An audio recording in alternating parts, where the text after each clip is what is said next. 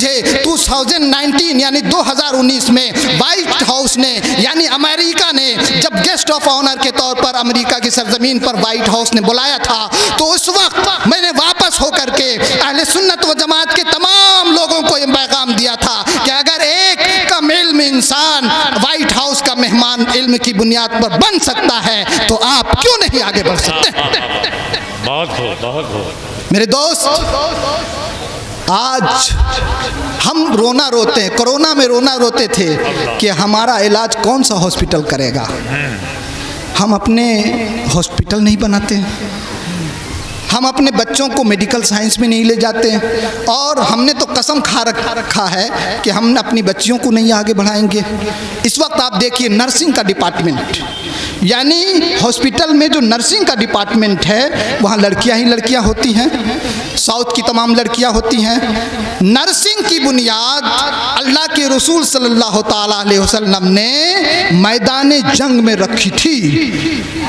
जब मैदान जंग में हमारे साहबा किराम शहीद होते थे तो हमारी सहाबियात जो पर्दा नशी ख़वातीन हुआ करती थी वो उन मरीज़ों की, ज़ख्मी मरीज़ों की तीमारदारी क्या करती थी।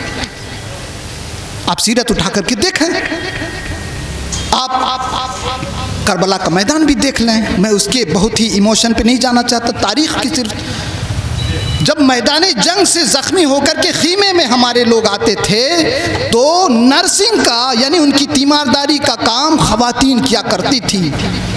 गोया के नर्सिंग का डिपार्टमेंट की बुनियाद सरकार दो आलम सल्लल्लाहु ताला अलैहि वसल्लम ने रखी थी, लेकिन हमारी तवज्जो उसकी तरफ नहीं, और हम अपनी बच्चियों को उसकी तरफ नहीं भेजते हैं। नतीजा क्या होता है? हम रोते हैं, अरे ऑपरेशन की ज़रूरत नहीं थी, ऑपरेशन कर दिया। तरह तरह के इल्ज़ामात हम आयद करते हैं। आखिर कब तक हम इल्ज़ामात आयद करते रहेंगे? आज मेरी गुफ्तगू का जो मौजू है वो हमा जिहत तरक्की में तालीम की अहमियत, importance of education for our overall development. मैं गुफ्तगू का सिलसिला चंद सवालात से करना चाहूँगा, और पहला सवाल है, क्या आपको मालूम है कि ऑल इंडिया सर्वे के मुताबिक, all India survey of higher education के मुताबिक, उसकी रिपोर्ट के मुताबिक 2020 और 21 की जो रिपोर्ट आई है उसके मुताबिक आला तालीम में यानी हायर एजुकेशन में मुसलमानों की हालत शेड्यूल कास्ट यानी दलितों, शेड्यूल ट्राइब यानी कबायलियों से भी ज़्यादा बदतर है। मैं सवाल फिर दोहरा दूं, all India survey of higher education AISHE की 2020-21 की रिपोर्ट के मुताबिक आला तालीम में मुसलमानों का तनासुब शेड्यूल कास्ट यानी SC, शेड्यूल ट्राइब यानी ST से भी कम है। जी हाँ, आपने बिल्कुल सही सुना, ये 2020-21 की रिपोर्ट है। यानी हम सब की, हम मुसलमानों की हालत, हम मुसलमानों का तनासुब हायर एजुकेशन में वो पसमानदा तबकात और पसमानदा ज़ातों से भी बहुत ज़्यादा कम है। दूसरा सवाल, क्या आपको मालूम है NCPCR के सर्वे के मुताबिक 1 करोड़ 10 लाख मुस्लिम बच्चे स्कूल से बाहर हैं। 1 करोड़ 10 लाख मुस्लिम बच्चे, कितने 1 करोड़ 10 लाख मुस्लिम बच्चे स्कूल से बाहर हैं। यानी उन्होंने कभी स्कूल में कदम नहीं रखा, कभी वो स्कूल में अलीफ बे ते से ABCD क ख ग घ ङ पढ़ने के लिए नहीं गए। क्या आपको मालूम है कि 2011 की मरदमशुमारी के मुताबिक भारत में महज 57% मुसलमान लिटरेट हैं। यानी पढ़ना लिखना जानते हैं। 47% ऑफ मुस्लिम्स आर इलिटरेट, यानी अंगूठा छाप 47% मुसलमान। आखिर क्यों? क्या अभी आपने इस पर गौर किया?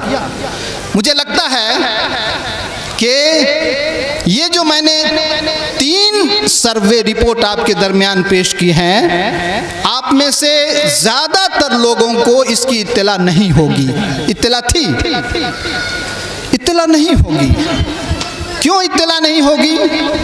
कि हम रिपोर्ट पढ़ते नहीं, हम गवर्नमेंट की जो एक्टिविटीज़ होती हैं, गवर्नमेंट का जो सर्वे होता है, उसकी तरफ कभी तवज्जो नहीं देते, और जो समाज की तरक्की के लिए गवर्नमेंट, सेंट्रल गवर्नमेंट की तरफ से या स्टेट गवर्नमेंट की तरफ से जो पॉलिसियां बनाई जाती हैं, उन पॉलिसियों को हम बिल्कुल नज़रअंदाज करते हैं। तो इसी वजह से जब हमें ये डेटा मालूम नहीं होगा कि हमारी हालत इस वक्त हायर एजुकेशन में दलितों और पसमानदा तबकात से भी बुरी हो चुकी है। और मैं एक और बात बता दूं कि उत्तर प्रदेश की मैं बात कर रहा हूं, यहाँ मुसलमानों की आबादी तकरीबन 20% है। कितनी है? तकरीबन 20%। अब आप सुनिएगा, 20% मुसलमानों की आबादी, 20% Muslims are in Uttar Pradesh. और हायर एजुकेशन में मुसलमानों का तनासुब सिर्फ और सिर्फ 4.5 यानी 4.5% है। कितना है? 4.5%। आपने बताया कि मैं बनारस हिंदू यूनिवर्सिटी में पढ़ाता हूँ।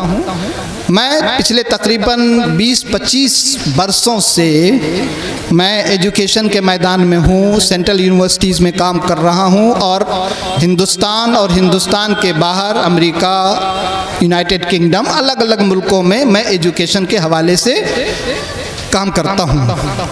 बहुत संजीदा गुफ्तगू करता, 3-4 सवालात मैंने आपके दरमियान किए। अब मेरा आपसे सवाल है कि आखिर ये हमारी हालत क्यों है? जब हमको ये नहीं मालूम है कि हम किस स्टेज पर खड़े हैं, जब आपको ये नहीं मालूम है कि आपको बीमारी है, और बीमारी है तो किस स्टेज की है, लास्ट स्टेज का कैंसर है या फर्स्ट स्टेज का कैंसर है या सेकंड स्टेज का है या थर्ड स्टेज का है या फोर्थ स्टेज का है, जब मालूम ही नहीं होगा तो आप इलाज कहाँ से करेंगे? मैंने ये 3-4 सवालात आपके दरमियान सिर्फ और सिर्फ इसलिए रखे कि आप बहुत संजीदगी के साथ मेरी गुफ्तगू को सुने। और 1-1.5 घंटे जो मैं गुफ्तगू करूंगा, ये इलेक्ट्रॉनिक मीडिया के ज़रिए सारी बात रिकॉर्ड की जा रही है और पूरी दुनिया में ये बात पहुंच रही है। तो आपके ज़रिए ये बात पहुंचना चाहिए कि आप के स्टेज से किसी का मेल तालिब इल्म ने आकर के आपको झंझोड़ने की कोशिश की, आपको एजुकेशन के मैदान में आगे बढ़ने के लिए कुछ कहने की कोशिश की। हुवैदा आज अपने ज़ख्मे पिन्हा करके छोड़ूंगा, लहू रो रो के महफिल को गुलिस्तां करके छोड़ूंगा। और जलाना है मुझे हर शमे दिल को सोज़े पिन्हा से, जलाना है मुझे हर शमे दिल को सोज़े पिन्हा से, तेरी तारीक रातों को उजाला करके छोड़ूंगा।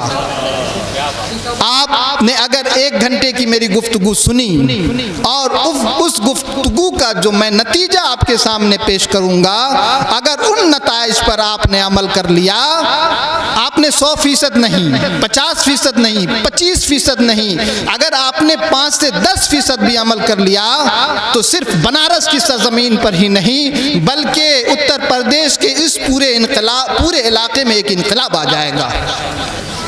हमारे हाजी साहब क़िबला ने बताया कि जो ये तंजीम मदरसा मोहम्मदिया तंजीम अहले सुन्नत तजवीदुल कुरान, इसमें तकरीबन 600 बच्चे इल्म हासिल कर रहे हैं। तकरीबन 30 असाज़ा, 27 इन्होंने बताया, तकरीबन 30, मैं 30 असाज़ा यहाँ पढ़ा रहे हैं। अब आप देखिए, ये एक छोटा सा चिराग है, इस चिराग से 600 चिराग रोशन हो रहे हैं, 600, और 600 चिराग से इंशाअल्लाह 6000 चिराग रोशन होंगे। और जब 6000 चिराग रोशन होंगे तो उसकी रोशनी कहाँ तक पहुँचेगी, इसका अंदाज़ा आप कर सकते हैं। इसीलिए आज मैंने आपके लिए इस उन्वान को मैंने मुंतखब किया है, हमा जहत तरक्की में तालीम की अहमियत। मैं एक चीज़ और वाज़ेह कर देना चाहता हूँ, आम तौर पर आप गुफ्तगू सुनते होंगे इल्म दीन, इल्म दुनिया। मैं इल्म दीन और इल्म दुनिया में तक़सीम का कायल नहीं हूँ। इल्म की तक़सीम इल्म दीन और इल्म दुनिया, उसका कायल नहीं हूँ। नाज़िम इजलास साहब गौर से सुनिएगा, मैं इल्म नाफ़े और इल्म गैर नाफ़े का कायल हूँ। इल्म नाफ़े और इल्म गैर नाफ़े। क्यों? इसलिए कि आज जब मैं गुफ्तगू करूँगा तो आप महसूस करेंगे कि अल्लाह के रसूल सल्लल्लाहु ताला अलैहि वसल्लम ने जो दीनी तालीमात जिनको हम बोलते हैं, उनके अलावा जो नफ़ा बख्श तालीमात है या उस वक्त थी या उम्मत के लिए और कौम के लिए हो सकती थी, उन तमाम की तरफ उन्होंने तवज्जो दिलाई है।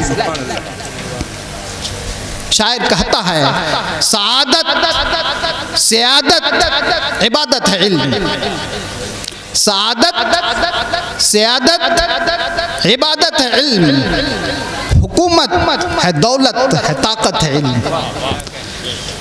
मेरे दोस्त, आप यूनिवर्सल नेशंस का मुताला कर डालें तो आप इस नतीजे पर पहुंचेंगे कि इस दुनिया के अंदर जब भी किसी कौम ने तरक्की की है तो उसे इल्म को अपना जरिया बनाना पड़ा है। जब भी कोई कौम, जब भी कोई तहजीब कल्चरल होती है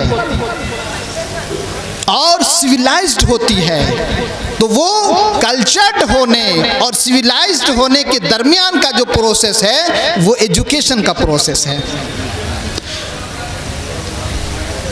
आप अगर तालीम याफ्ता हैं तो मुहज़्ज़ब भी हो सकते हैं। ये कोई ज़रूरी नहीं है कि आप तालीम याफ्ता हैं तो मुहज़्ज़ब भी हैं या होंगे, हो सकते हैं।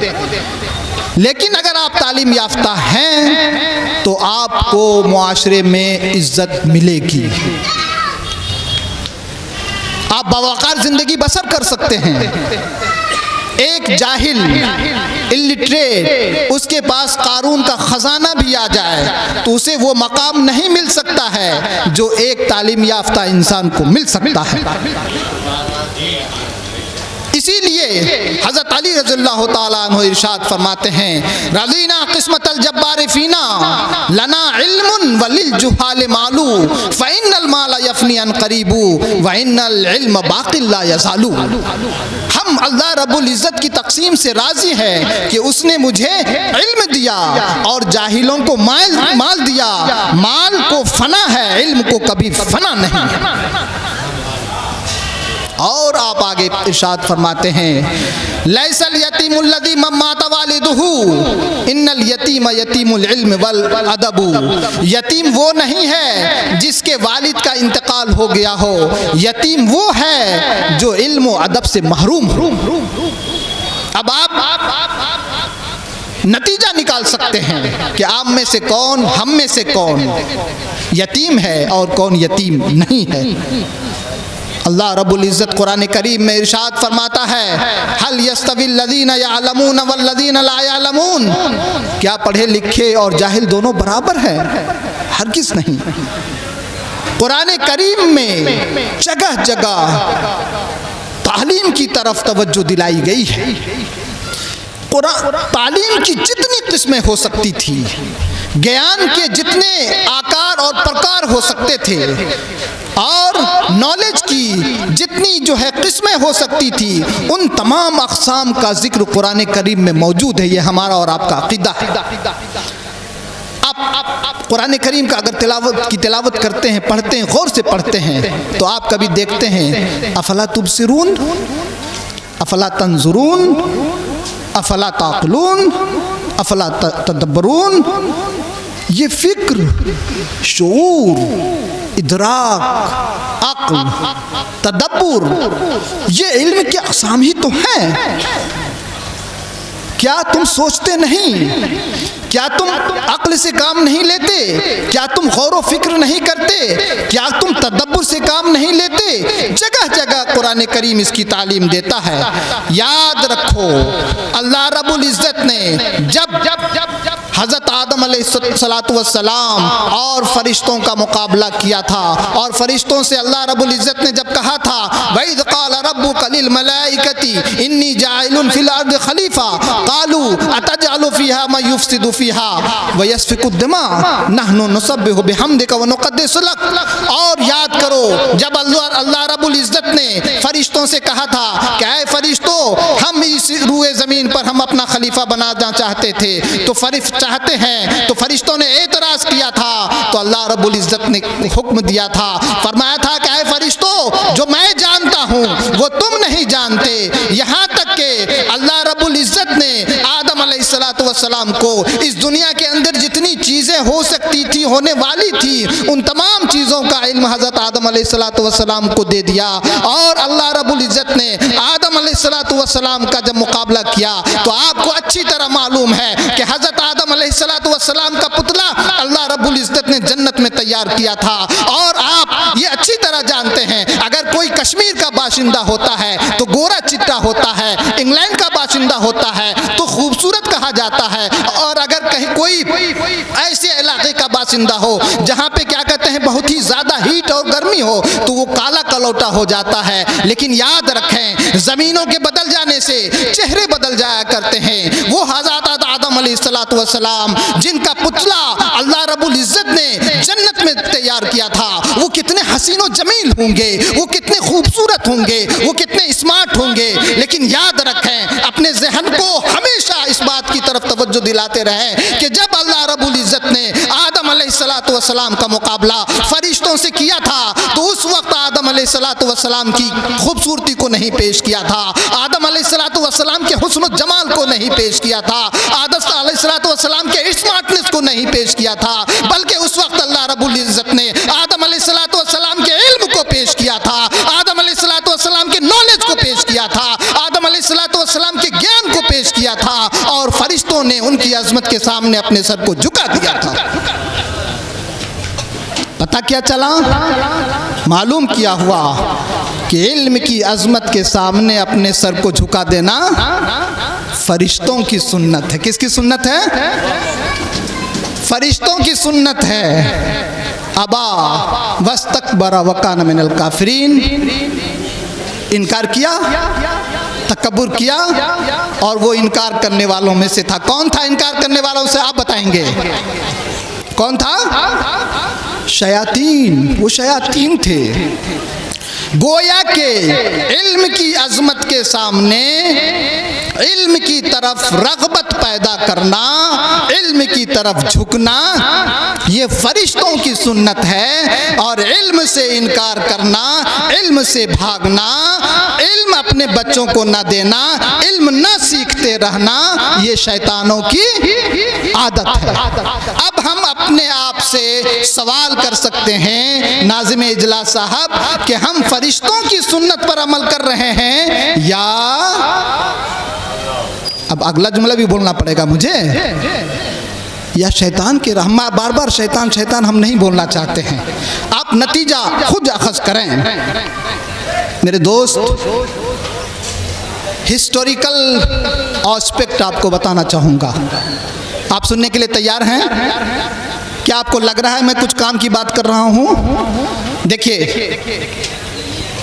हज़रत आदम अलैहिस्सलाम से लेकर हज़रत ईसा अलैहिस्सलाम तक बहुत से अंबिया व रसूल तशरीफ़ लाए। हज़रत ईसा अलैहिस्सलाम और सरकार मदीना सल्लल्लाहु ताला अलैहि वसल्लम के दरमियान का ज़माना तकरीबन 570 साल का ज़माना। कितने साल का ज़माना है? 570 ईयर्स। ये दुनिया का तारीख तरीन ज़माना कहलाता है, the darkest age of the world. दुनिया का तारीख तरीन अगर नहीं समझ पा रहे हैं तो मैं बोलूं, दुनिया का सबसे अंधकार वाला ज़माना, यानी ऐसा ज़माना जब हर तरफ अंधेरा ही अंधेरा हो। अब अंधेरा कैसा है, यानी रात हो गई हो और आप नहीं चल पा रहे हो, लाइट ना हो, ऐसा क्या नहीं। समाजी एतबार से, सियासी एतबार से, मुआशी एतबार से, इक़्तिसादी एतबार से, बूढ़ों के लिए, बच्चों के लिए, औरतों के लिए, जवानों के लिए, हर एतबार से, मज़हब के लिए, हर एतबार से अंधकार का ज़माना, the darkest age of the world. अब आप बताएं कि उस वक्त अरब की सरजमीन पर दो बड़ी ताकतों का कब्ज़ा था, रोम और ईरान का, जानते हैं आप, और यहूदी और ईसाई आपस में लड़ रहे थे। ऐसे हालात में सरकार मदीना सल्लल्लाहु ताला अलैहि वसल्लम की बेइज्जत मक्का की सरजमीन पर अरब में होती है।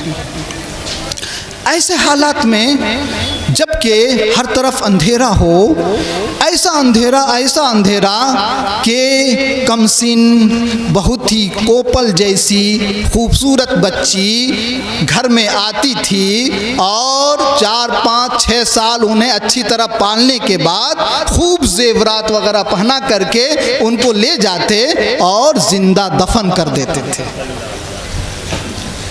जिंदा दरगोर आप नहीं समझेंगे, जिंदा दफन कर देते थे। अब इससे ज़्यादा करूरता, इससे ज़्यादा दहशतगर्दी वाला कोई ज़माना हो सकता है? जब एक बाप अपनी औलाद को जिंदा दफन करना शुरू कर दे तो आप समझें कि ज़माना बिल्कुल बर्बादी के दहाने पर पहुंच चुका है। अब इससे ज़्यादा बुरी मिसाल और कोई नहीं पेश की जा सकती कि ज़माना ऐसा था। ऐसे ज़माने में जबकि अरब की सरजमीन पर रोम और ईरान का कब्ज़ा था, दो बड़ी ताकतें आपस में लड़ रही थी। उधर क्या कहते हैं, ज्यूज लड़ रहे थे, क्रिश्चियनिटी के मानने वाले आपस में लड़ रहे थे। अरब की सरजमीन पर जब सरकार दो आलम सल्लल्लाहु ताला अलैहि वसल्लम पैदा हुए, आपकी बेइज्जत हुई, तो अगर दुनिया का कोई और सियासी लीडर होता तो अरब की सरजमीन पर बसने वाले लोगों को अरबियत की बुनियाद पर आवाज़ देता। जैसे आज इसी भारत की सरजमीन पर आप देखते हैं कि आए दिन यूपी, बिहार, मराठा, यहाँ वहाँ की लड़ाई होती है, वो फला का, वो फला का, वो फला जगह का, फला का, यानी इस तरह की तफरीक होती। उस जमाने में जबकि रूम और ईरान का अरब की सरजमीन पर कब्जा था, अगर दुनिया का कोई और लीडर होता तो अरब की सरजमीन पर बसने वाले लोगों को अरबियत की बुनियाद पर आवाज़ देता। वो कहता कि आओ अरबियत की बुनियाद पर मेरे साथ जमा हो जाओ। लेकिन याद रखें, सरकार दो आलम सल्लल्लाहु ताला अलैहि वसल्लम पैगंबर थे, वो रहमतुल लिल आलमीन थे। वमा अरसलनाका इल्ला रहमतल लिल आलमीन, हमने आपको रहमतुल लिल आलमीन बना करके भेजा, वो रहमतुल लिल आलमीन थे। अगर दुनिया का कोई सियासी लीडर होता तो वहाँ अरब की सरजमीन पर बसने वाले लोगों को अरबियत की बुनियाद पर आवाज़ देता। लेकिन कुर्बान जाओ उस नबी रहमत सल्लल्लाहु ताला अलैहि वसल्लम पर, जिन्होंने अरब की सरजमीन पर बसने वाले लोगों को अरबियत की बुनियाद पर आवाज़ नहीं दिया, बल्कि जब गारे हिरा की तन्हाई से बाहर निकले तो अपने हाथ में कुरान लेकर तशरीफ लाए और जब आखिर ज़िक्र किया तो हुक्म दिया, इक़रा बिस्मि रब्बिकल लज़ी खलक़, खलक़ल इंसान मिन अलक़, पढ़ उस रब के नाम से जिसने तुझे पैदा किया, जिसने इंसान को जस्ता खून से बनाया। अब मेरा आपसे सवाल है, आप सोच रहे होंगे अरे डॉक्टर साहब आए हैं, सवाल पे सवाल, सवाल पे सवाल, सवाल पे सवाल दागे चले जा रहे हैं। अब ये बताएं, मैं आपसे सवाल ना करूं तो किन से करूं? मैं यूनिवर्सिटी में पढ़ाता हूं, मैं देखता हूं कि संजीदगी के साथ पढ़ने वाले कितने बच्चे आते हैं। खून के आंसू रोता हूं।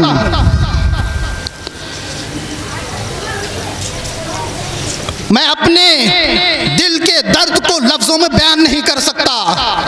जब मैं देखता हूँ कि स्कूल के वक्त में, मदरसे के वक्त में सुबह 8 बजे, 9 बजे, 10 बजे, 11 बजे, 12 बजे मुस्लिम मोहल्लों में ये बच्चे, नौनिहाल बच्चे गिल्ली डंडा खेलते हुए नजर आते हैं, पतंग उड़ाते हुए नजर आते हैं, लोग चौराहों पर लड़ाई करते हुए नजर आते हैं। मैं खून के आंसू सिर्फ और सिर्फ इसलिए रोता हूँ कि ऐ समाज के बाशऊर लोगों, आपका ज़मीर कहाँ मुर्दा हो गया है, आप कहाँ सोए हुए हो। इन नौनिहालों को अगर आपने स्कूल और मदरसे की तरफ भेजने की कोशिश नहीं की तो आपका मुस्तकबिल तबाह बर्बाद हो जाएगा। सरकार दो आलम सल्लल्लाहु ताला अलैहि वसल्लम का पैगाम, इक़रा बिस्मि रब्बिकल लज़ी खलक़, पढ़ उस रब के नाम से जिसने तुझे पैदा किया। सवाल उस कौम को कितना बुलंद होना चाहिए, बुलंद नहीं होना चाहिए। उस पैगंबर इस्लाम सल्लल्लाहु ताला अलैहि वसल्लम के मानने वाले ऐ लोगों, आप मुझे बताओ, क्या आपको इल्म के हर मैदान में दुनिया की रहनुमाई करनी चाहिए या नहीं करनी चाहिए थी? क्या एक जमाना ऐसा नहीं गुजरा है जब हमारे असलाफ ने दुनिया की रहनुमाई की थी? यूरोप की सरजमीन पर इल्मी इनकलाब लाने वाले हमारे लोग थे, हमारे असलाफ थे। तो मेरा सवाल आप लोगों से है कि क्या हमें इल्म के मैदान में बहुत आगे नहीं बढ़ना चाहिए? यकीनन हमको इल्म के आगे बढ़ना चाहिए। बेशक बेशक। अल्लाह के रसूल सल्लल्लाहु ताला अलैहि वसल्लम ने जब इक़रा बिस्मि रब्बिकल लज़ी खलक़ का हुक्म दिया तो आपके मानने वाले सहाबे कराम तालीम की तरफ मुतवज्जो हो गए और तालीम का जो मरकज़ था वो नबी करीम सल्लल्लाहु ताला अलैहि वसल्लम की ज़ात थी। एक लम्हा गंवाए बगैर वो आप सल्लल्लाहु ताला अलैहि वसल्लम से सीखना चाहते थे। तो आप सल्लल्लाहु ताला अलैहि वसल्लम चूँकि पैगंबर थे, वो तमाम तरह की असबियत की जड़ को खोदने के लिए और तमाम तरह की असबियत को ख़त्म करने के लिए आए थे। इसीलिए जब गारे हिरा की तन्हाइयों से बाहर निकले तो उन्होंने लफ्ज़ इक़रा का पैगाम दिया और जब आगाज़ कार किया तो तालीम के ज़रिए आगाज़ कार किया। और आक़ाए दो आलम सल्लल्लाहु ताला अलैहि वसल्लम ने तमाम तरह के इख्तिलाफ़ात को मिटा करके बरतरी का जो मेयार रखा वो तक़वा को रखा। तक़वा, लफ्ज़ तक़वा इल्म के बगैर मुमकिन नहीं।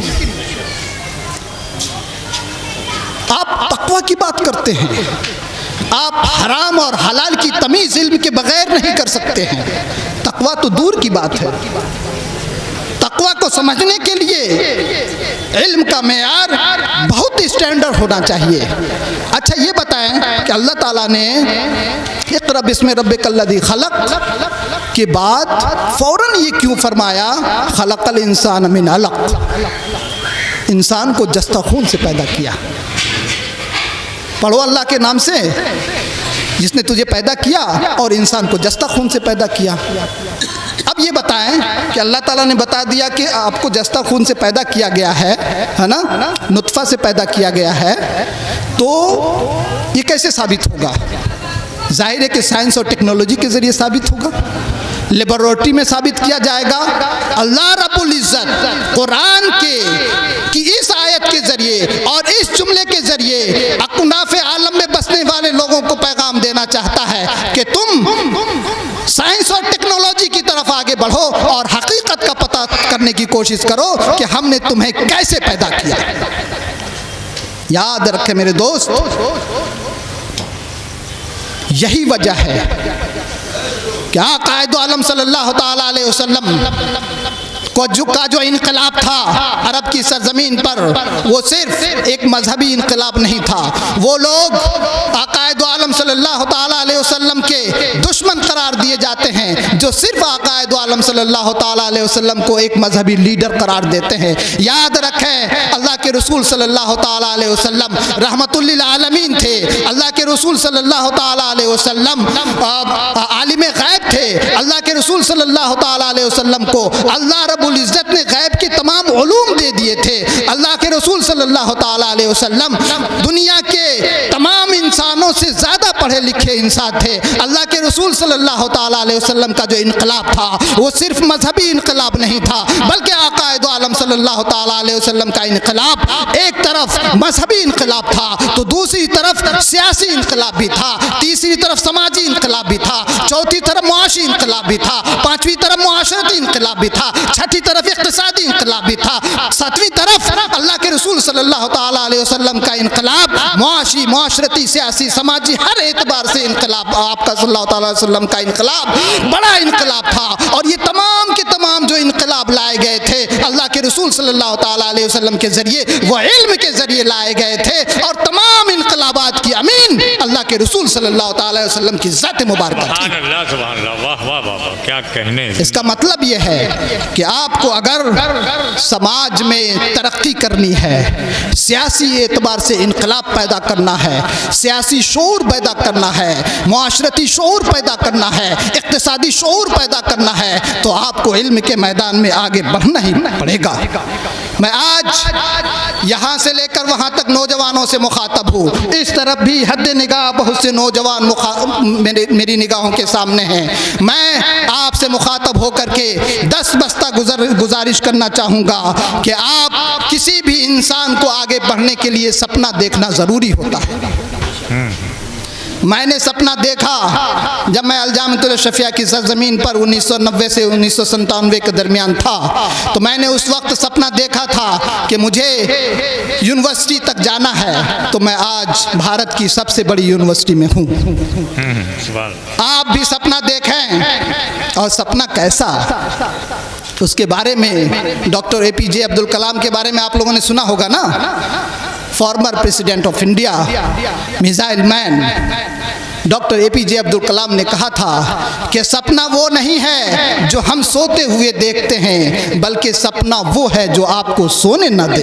वाह वाह वाह वाह वाह। सपना वो नहीं है जो हम सोते हुए देखते हैं, बल्कि सपना वो है जो आपको सोने न दे। आज आप सपना देखें कि आपको इल्म हासिल करके इस मालती बाग की सरजमीन पर बसने वाले लोगों को, और इसी तरह से मदनपुरा, रेवड़ी तालाब और क्या कहते हैं जितने भी इलाके, मुझे पर तमाम इलाकों का नाम नहीं मालूम, आप उन इलाकों का नाम ऐड कर सकते हैं। उन तमाम इलाकों में इल्मी इनकलाब लाना है, समाजी इनकलाब लाना है। आप सपना देखें, आप आज इरादा करें, इंशाअल्लाह आज से 20-25 बरस बाद अगर आज आपने इरादा किया तो उसके नताइज आपके सामने होंगे। बेशक बेशक, बहुत हो बहुत हो। मिटा दो अपनी हस्ती को अगर कुछ मर्तबा चाहो, मिटा दो अपनी हस्ती को अगर कुछ मर्तबा चाहो, कि दाना खाक में मिलकर गुले गुलजार होता है, और हजारों साल नरगिस अपनी बेनूरी पे रोती है, बड़ी मुश्किल से होता है चमन में दीदावर पैदा।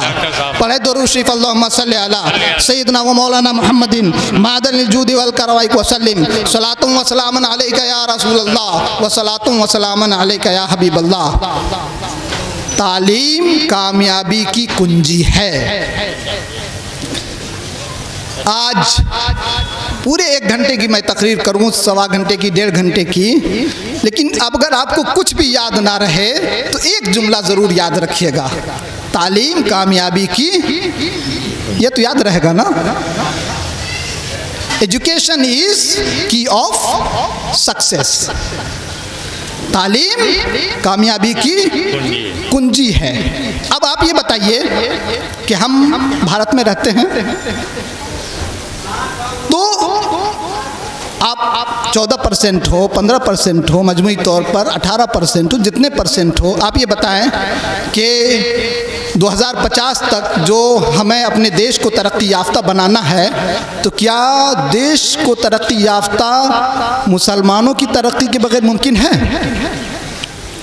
अगर 15 से 20% आबादी गैर तरक्की याफ्ता होगी तो क्या पूरा देश तरक्की कर सकता है? तो गोया कि देश को तरक्की याफ्ता बनाने के लिए भी आपका तालीम याफ्ता होना ज़रूरी है, अपने समाज को तरक्की याफ्ता बनाने के लिए भी आपका तालीम याफ्ता होना ज़रूरी है, अपने मुआशरे को आगे बढ़ाने के लिए भी आपका तालीम याफ्ता होना ज़रूरी है, आपको अपनी औलाद को आगे बढ़ाने के लिए भी आपको तालीम याफ्ता होना ज़रूरी है, आपको अपनी तिजारत को नेशनल और इंटरनेशनल लेवल पर पहुंचाने के लिए भी आपका तालीम याफ्ता होना ज़रूरी है। आज अगर मैं इम्पोर्टेंस ऑफ एजुकेशन, हमाजहत तरक्की, ओवरऑल डेवलपमेंट पर हम बात करते हैं, तो मैंने जो इल्म नाफ़े और इल्म गैर नाफ़े की बात की है, तो आज मैं चॉइस बेस्ड क्रेडिट सिस्टम की भी बात करूँगा। आज मैं गवर्नमेंट की तरफ से न्यू एजुकेशन पॉलिसी जो अभी नाफिज हो चुकी है, मैं उसकी भी बात करूंगा। मैं आपके सामने साइंस और टेक्नोलॉजी की भी बात करूंगा। मैं आपके सामने मेडिकल साइंसेस की भी बात करूंगा। मैं आपके सामने आईटी इंफॉर्मेशन टेक्नोलॉजी के बारे में भी बात करूंगा। मैं आपके सामने मोबाइल टेक्नोलॉजी के भी बारे में बात करूंगा। मैं आपके सामने मीडिया के भी बारे में बात करूंगा। मैं आपके सामने मास कम्युनिकेशन के बारे में भी बात करूंगा। मैं आपके सामने लॉ यानी कानून के बारे में भी बात करूंगा। मैं आपके सामने हिस्ट्री और तारीख के बारे में भी बात करूंगा, इसलिए कि जब ओवरऑल डेवलपमेंट की हम बात करते हैं, नारे तकबीर, नारे तकबीर, नारे रिसालत, शहजादे गौसुल आलम, शहजादे गौसुल आलम सैयद आलमगीर अशरफ साहब किबला, नारे तकबीर, नारे तकबीर, नारे रिसालत, ईद मिलादुन नबी, नारे तकबीर, नारे रिसालत। मैं खड़े होकर बोलता हूँ।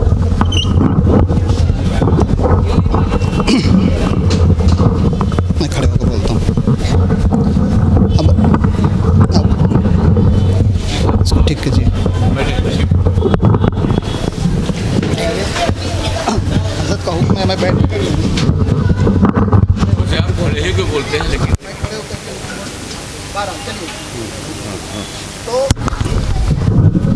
पढ़े दो शरीफ अल्लाहुम्मा सल्ली अला सय्यदना व मौलाना मुहम्मदिन महादल जूद वल करवाई को वसल्लम सलातुम व सलामन अलैका या रसूल अल्लाह व सलातुम व सलामन अलैका या हबीब अल्लाह।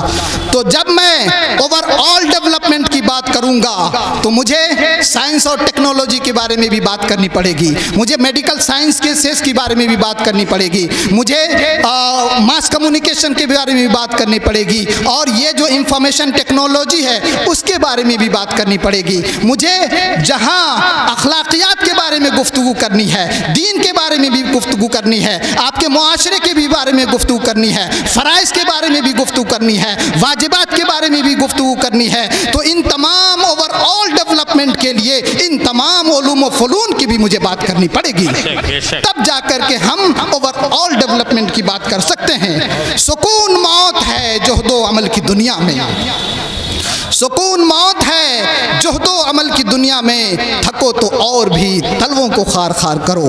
मेरे दोस्त, आज जबकि पूरे देश में न्यू एजुकेशन पॉलिसी लागू हो चुकी है, हम अपने बच्चों को जब हायर एजुकेशन में ले ही नहीं जा रहे हैं तो हमारे पास इंतखाब के ऑप्शंस बंद हो चुके हैं।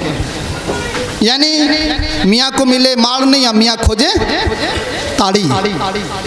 जब हम अपने बच्चों को पढ़ा ही नहीं रहे हैं, जब आगे बढ़ा ही नहीं रहे हैं, तो हम कैसे बात करेंगे कि हमारे बच्चे दीनी और मजहबी उलूम के अलावा साइंस और टेक्नोलॉजी के मैदान में जाएं? कैसे हमारे बच्चे मेडिकल साइंसेस के मैदान में भी जाएंगे? आज मैं पिछले दिनों हैदराबाद की सरजमीन पर इंटरनेशनल कॉन्फ्रेंस, सीरत कॉन्फ्रेंस में एक सेमिनार पढ़ने के लिए गया था। Importance of Sira for universal peace, यानी सरकार दो आलम सल्लल्लाहु ताला अलैहि वसल्लम की सीरत अमन आलम के लिए, इसकी अहमियत पर वहाँ पे सेमिनार था। मैंने वहाँ देखा कि मौलाना आज़ाद नेशनल उर्दू यूनिवर्सिटी में एक मिसबाही आलिम दीन को जब मालूम हुआ कि डॉक्टर अफजल मिसबाही आए हुए हैं, तो हमारे पास आए और उन्होंने कहा कि मैं यहाँ पे डिपार्टमेंट ऑफ लॉ में मिसबाही आलिम बनने के बाद मैं यहाँ से कानून की डिग्री हासिल कर रहा हूँ। यानी लॉ पढ़ रहा हूँ। अभी रिसेंटली पिछले हफ्ता 10 दिन से मैं अलजामतुल अशरफिया में खिताब के लिए एक लेक्चर तैयार कर रहा हूं कि हमारे अलजामतुल अशरफिया के फारिगीन किस किस डिपार्टमेंट में हैं। तो मैं उस रिसर्च पे जब आगे बढ़ा तो जैसे जैसे आगे बढ़ता गया हैरत ज़दा होता गया कि पिछले 25-30 वर्षों में अलजामतुल अशरफिया के फारिगीन इस कदर आगे बढ़ चुके हैं अल्हम्दुलिल्लाह कि सेंट्रल यूनिवर्सिटी में जितनी बड़ी यूनिवर्सिटीज़ हैं, जामिया मिल्लिया इस्लामिया दिल्ली यूनिवर्सिटी JNU, इसी तरह से बनारस हिंदू यूनिवर्सिटी, हर जगह हमारे मिसबाही उलमा मौजूद है, यानी अहले सुन्नत व जमात के उलमा मौजूद है। इसी तरह से उलूम के जितने डिपार्टमेंट हो सकते हैं, खा वो मेडिकल साइंसेज का डिपार्टमेंट हो, उनकी तरफ हमारे उलमा किराम जा रहे हैं। अब तो लॉ की तरफ भी जा रहे हैं, इसी तरह से हिस्ट्री के मैदान में भी जा रहे हैं, इसी तरह से तारीख के मैदान में भी कदम आगे बढ़ा रहे हैं। लॉ और उर्दू और लिटरेचर के मैदान में भी आगे बढ़ रहे हैं। अगर आपको उन उलमा के बारे में जब मालूम हो जाए,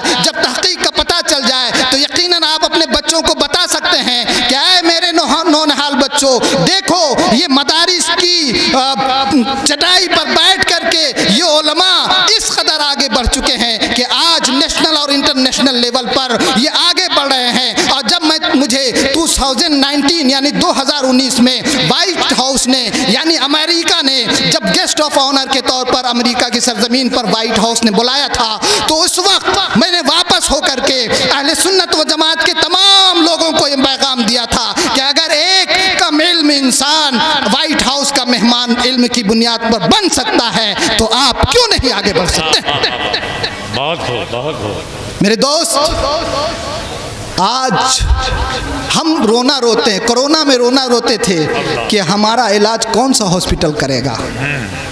हम अपने हॉस्पिटल नहीं बनाते, हम अपने बच्चों को मेडिकल साइंस में नहीं ले जाते, और हमने तो कसम खा रखा है कि हम अपनी बच्चियों को नहीं आगे बढ़ाएंगे। इस वक्त आप देखिए नर्सिंग का डिपार्टमेंट, यानी हॉस्पिटल में जो नर्सिंग का डिपार्टमेंट है वहाँ लड़कियाँ ही लड़कियाँ होती हैं, साउथ की तमाम लड़कियाँ होती हैं। नर्सिंग की बुनियाद अल्लाह के रसूल सल्लल्लाहु ताला अलैहि वसल्लम ने मैदान जंग में रखी थी। जब मैदान जंग में हमारे साहबा किराम शहीद होते थे तो हमारी सहाबियात जो पर्दा नशी ख़वातीन हुआ करती थी वो उन मरीज़ों की, ज़ख्मी मरीज़ों की तीमारदारी क्या करती थी। आप सीरत उठा करके देखें, आप करबला का मैदान भी देख लें। मैं उसके बहुत ही इमोशन पे नहीं जाना चाहता, तारीख़ की सिर्फ जब मैदान जंग से ज़ख्मी होकर के खीमे में हमारे लोग आते थे तो नर्सिंग का यानी उनकी तीमारदारी का काम ख़वातीन किया करती थी। गोया के नर्सिंग का डिपार्टमेंट की बुनियाद सरकार दो आलम सल्लल्लाहु ताला अलैहि वसल्लम ने रखी थी, लेकिन हमें हमारी तवज्जो उसकी तरफ नहीं, और हम अपनी बच्चियों को उसकी तरफ नहीं भेजते हैं। नतीजा क्या होता है, हम रोते हैं अरे ऑपरेशन की ज़रूरत नहीं थी, ऑपरेशन कर दिया। तरह तरह के इल्ज़ामात हम आयद करते, आखिर कब तक हम इल्ज़ामात आयद करते रहेंगे। मैं गुफ्तगू ये कर रहा था कि इम्पोर्टेंस ऑफ एजुकेशन सिर्फ दीनी उलूम के लिए ही इम्पोर्टेंस नहीं है, बल्कि जितनी ज़िंदगी के जितने शोबाजात हैं उन तमाम शोबाजात में इल्म की ज़रूरत है। अगर 3 वक्त खाना इंसान की ज़िंदगी के लिए ज़रूरी है, सेहतमंद रहने के लिए ज़रूरी है, तो यकीन जाने मेरे दोस्त इल्म हासिल करना, सांस लेना जितना इम्पोर्टेंट है, इल्म हासिल करना उससे ज़्यादा अहम। आप अल्हम्दुलिल्लाह सुम्मा अल्हम्दुलिल्लाह तिजारत के मैदान में बहुत आगे हैं। आप में से बहुत से लोग साहिब सरवत भी हैं। मैं उन हजरात से 10 बस्ता गुजारिश करना चाहूँगा कि आप अपनी एक मामूली रकम सिर्फ और सिर्फ अच्छे मदरसे कायम करने के लिए मुख्तस कर सकते हैं। वो मदरसे नहीं जो आजकल चल रहे हैं, उन मदरसों के बारे में मैं आम तौर पर एक सवाल करता हूँ। आप उन मदरसों के नाजिम और सदर और सेक्रेटरी से जाकर सवाल ये करें कि क्या आप अपने बच्चों को उन मदरसे में पढ़ाना चाहेंगे।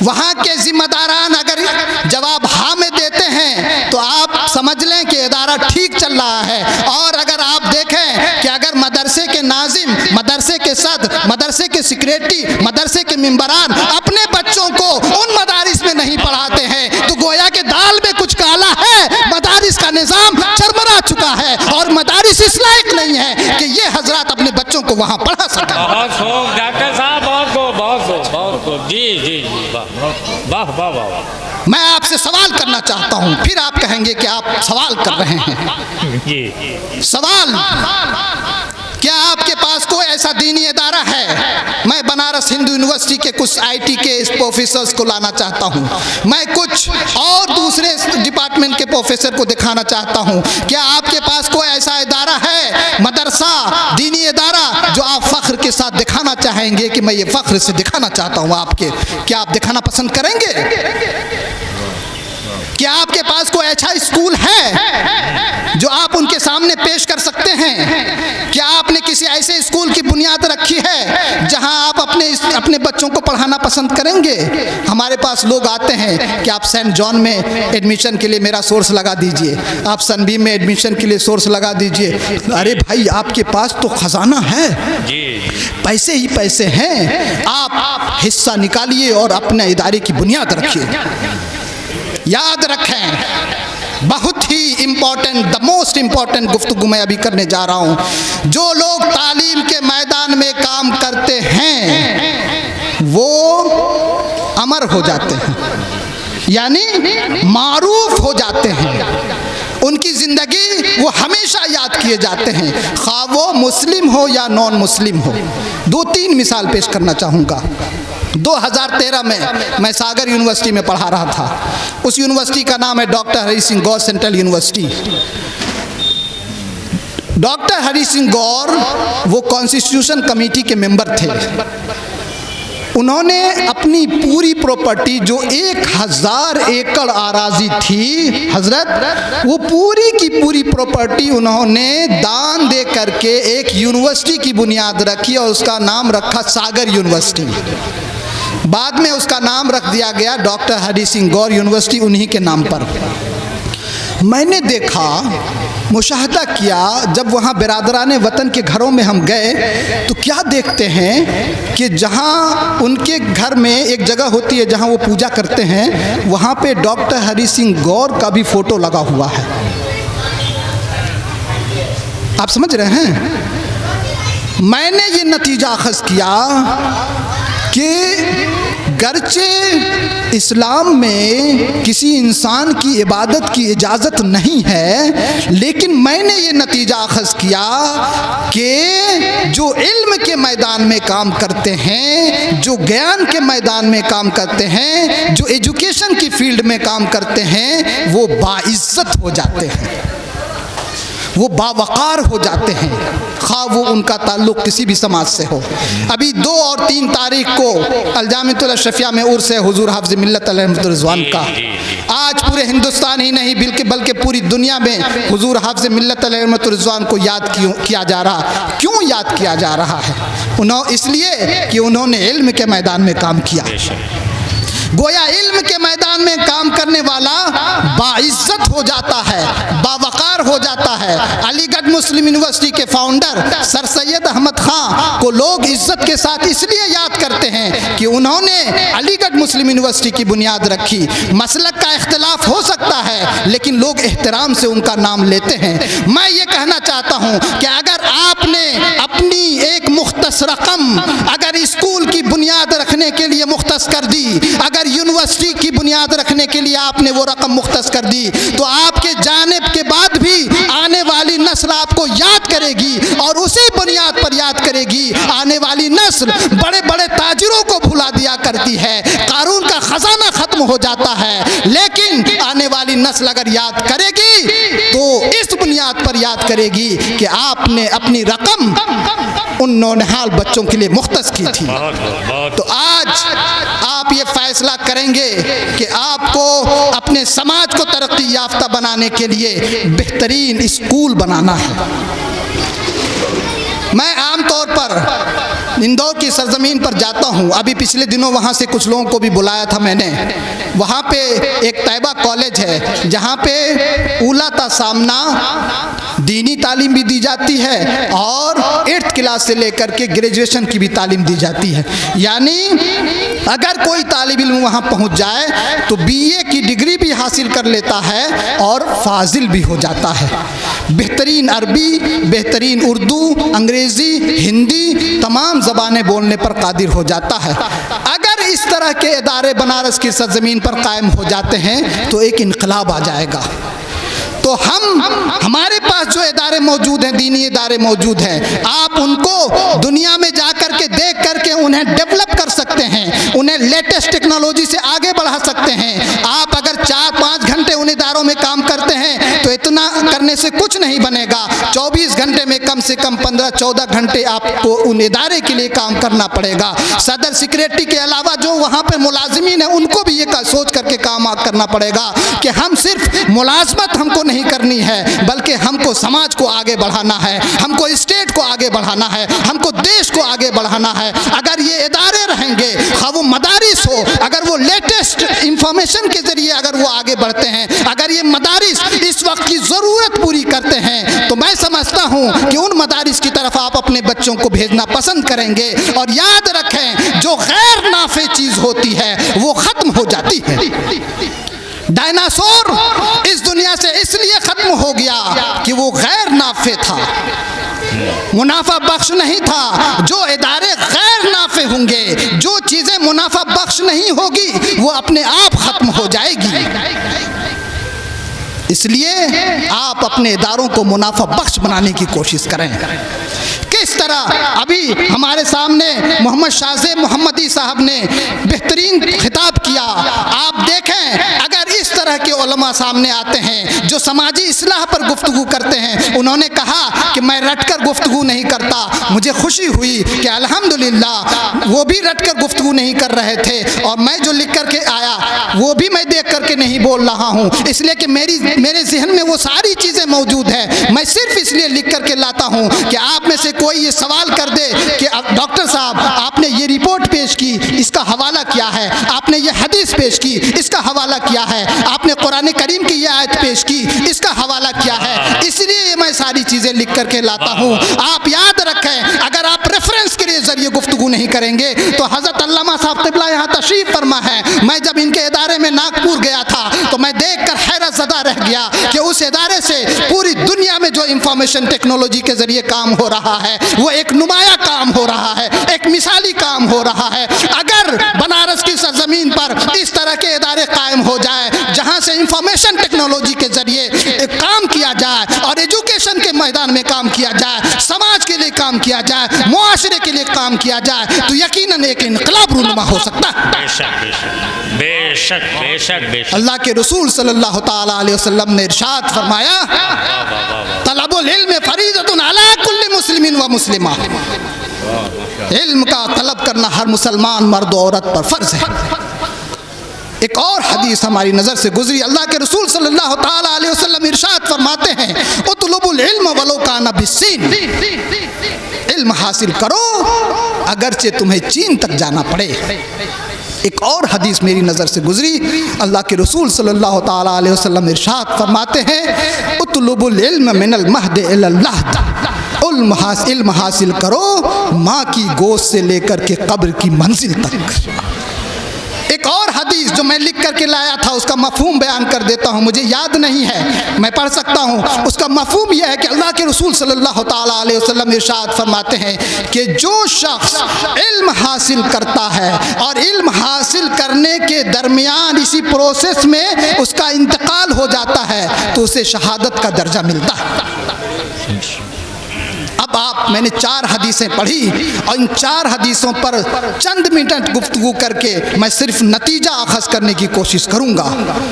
पहली हदीस, अल्लाह के रसूल सल्लल्लाहु ताला अलैहि वसल्लम ने इरशाद फरमाया, इल्म तलबुल इल्म फरीदतुन अला कुल्ली मुस्लिमिन व मुस्लिमा।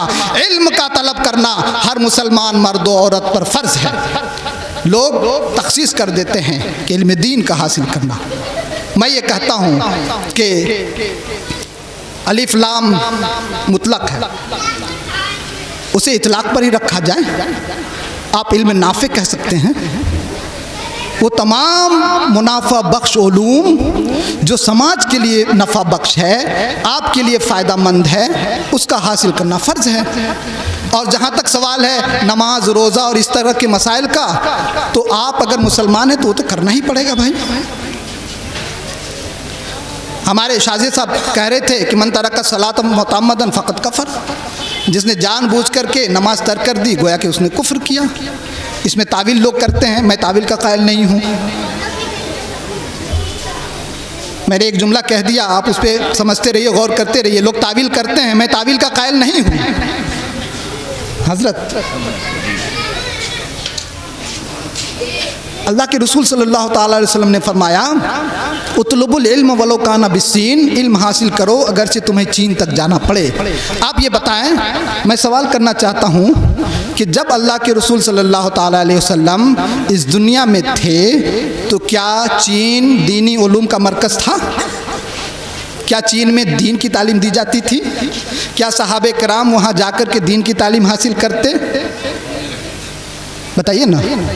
तो कौन सी तालीम हासिल करते? क्या अल्लाह के रसूल सल्लल्लाहु अलैहि वसल्लम ने यूं ही चीन का नाम ले लिया? क्या आपको सल्लल्लाहु अलैहि वसल्लम को अमेरिका के बारे में नहीं मालूम था? वो तो चीन से ज़्यादा दूर है भाई। अरब की सरजमीन से अमेरिका ज़्यादा दूर है या चीन? अमेरिका है ना। तो अगर दूरी बताना मकसूद हो तो अमेरिका का नाम ले लेते, फ्रांस का नाम ले लेते, नॉर्वे का नाम ले लेते, सैन फ्रांसिस्को का नाम ले लेते, स्विट्ज़रलैंड का नाम ले लेते।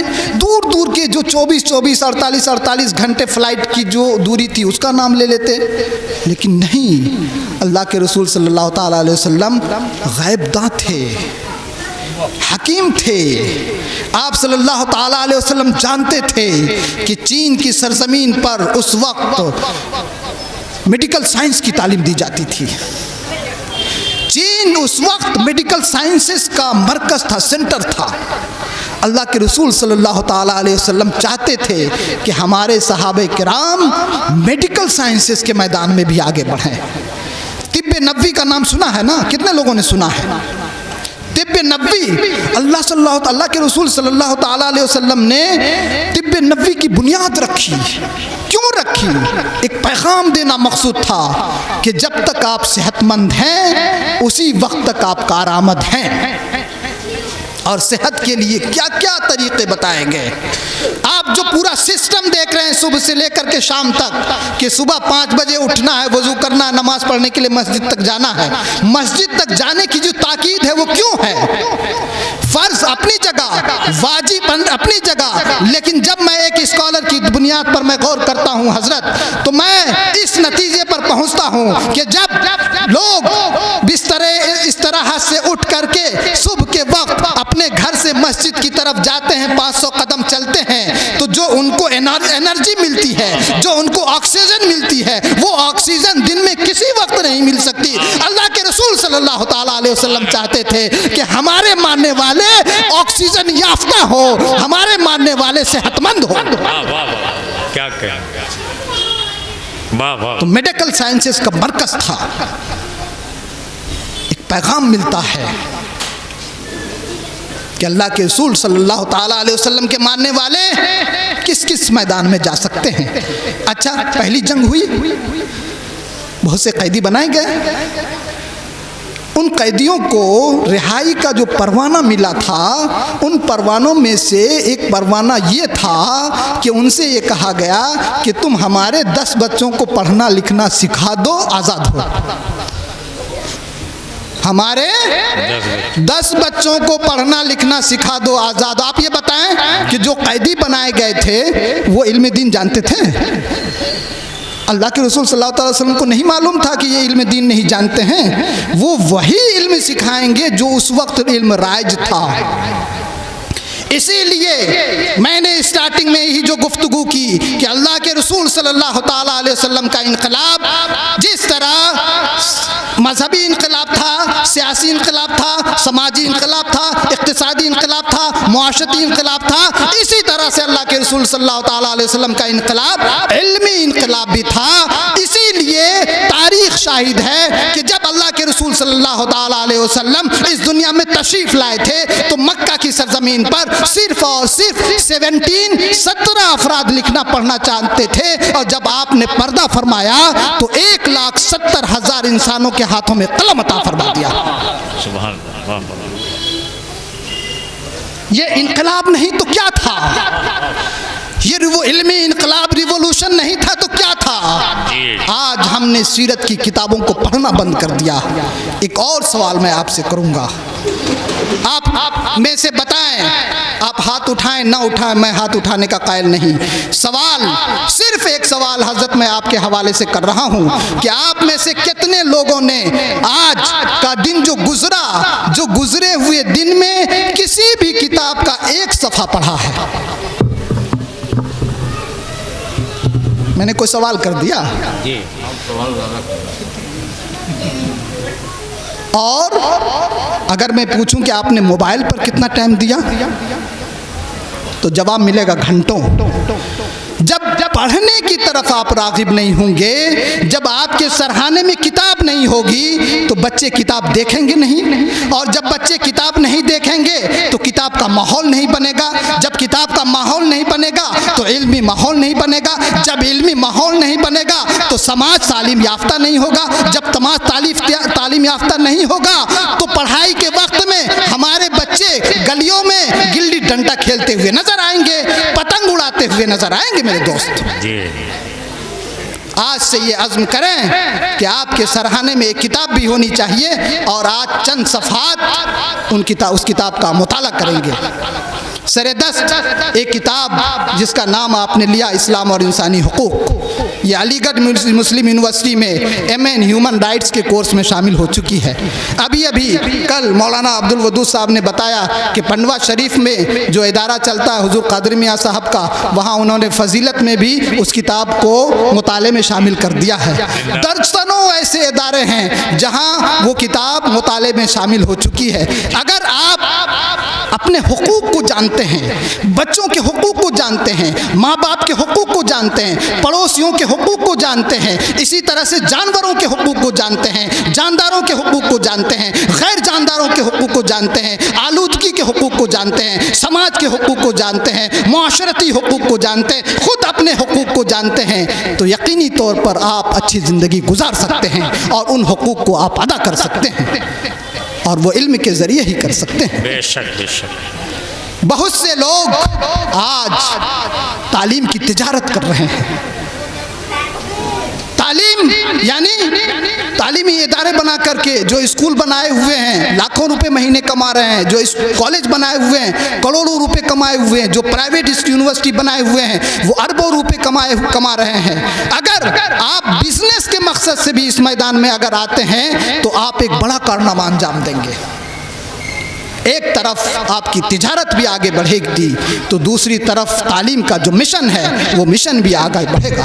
और आप जब इदारे कायम करेंगे तो आप जो मोरल वैल्यूज़ को रखेंगे, जो आप इक़्तिदार को रखेंगे, जो आप मुआशरती शऊर पैदा करना चाहेंगे, वो मुआशरती शऊर उसका मैसेज कुछ और ही होगा। और जब आप अपने बच्चों को कहीं और भेजते हैं पढ़ने के लिए तो वो वहाँ से क्या सीख करके आते हैं वो आप जानते हैं।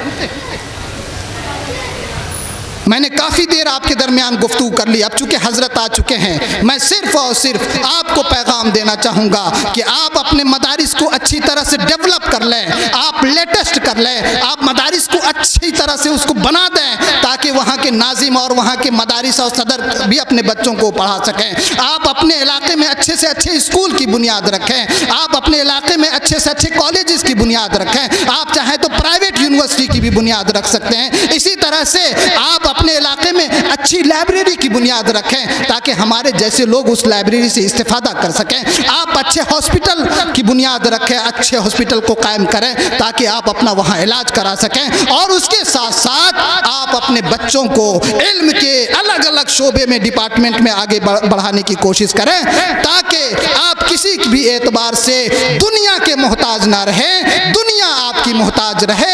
यही अल्लाह के रसूल सल्लल्लाहु ताला अलैहि वसल्लम का पैगाम था। वाह वाह वाह वाह अल्लाह के रसूल सल्लल्लाहु ताला अलैहि वसल्लम की जिस हदीस का मैंने तज़किरा किया कि अल्लाह के रसूल सल्लल्लाहु ताला अलैहि वसल्लम ने जो इरशाद फरमाया कि जो इल्म के प्रोसेस के दरमियान इस दुनिया से चला जाए उसे शहादत की मौत नसीब हुई।